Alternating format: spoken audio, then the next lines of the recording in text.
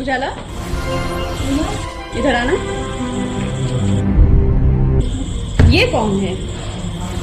दिन प्रतिदिन इसके चर्चे बढ़ते जा रहे हैं। मैम ये तो रितेश पांडे है। बदमाशों के लिए काल और गरीबों के लिए मसीहा आई है। पांडे, देखती हूँ मैं। चल। जी मैम। मैडम, मेरे केस से क्या होगा?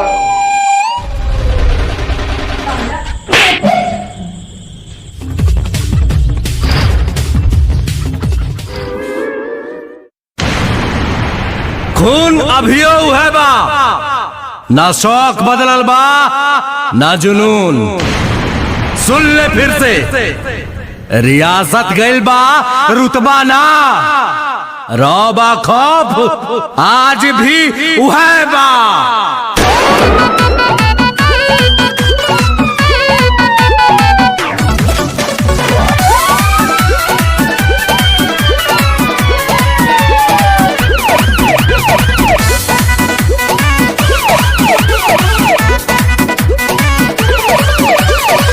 भोजपुरिया डरिला खाली बाप से, साँच खाती लड़ जाई केहू के बाप से। हई भोजपुरिया डरिला खाली बाप से, साँच खाती लड़ जाई केहू के बाप से। तो पीछे हटम न के तनो झमेल होई,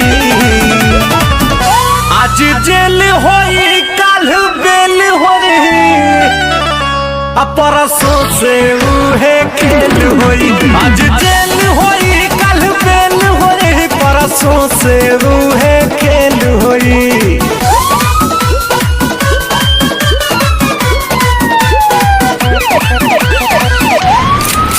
हथियार तो खाली शौक खातिर रखीला बाबू, खौफ खातिर नमवा काफी बा।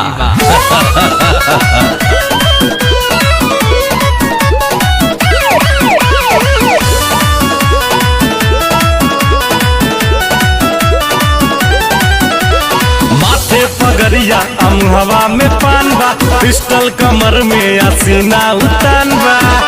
इहे तो असली भोजपुरिया के पहचान बा।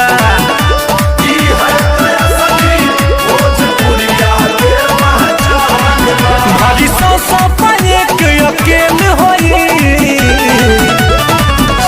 आज जेल होई काल बेल होई, परसों से उहे खेल होई। आज जेल होई कल बेल होई, परसों से उहे खेल होई।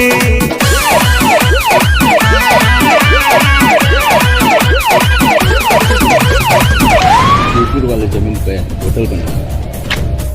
हाँ देवरंजीत जी, आज से आपके प्राइवेट स्कूल में गरीब बच्चा मुफ्त में पढ़िए। ये ना हो सकला। हमारे दोस्ती का फायदा उठा लिया बाबू, कैसे कि हमारे दुश्मनी का नुकसान तू सह ना पैबा।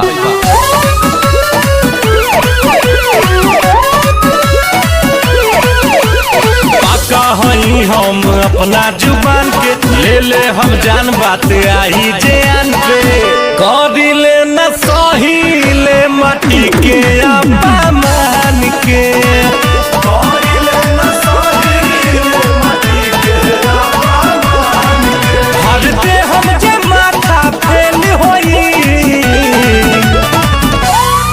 जेल होई काल बेल होई, परसों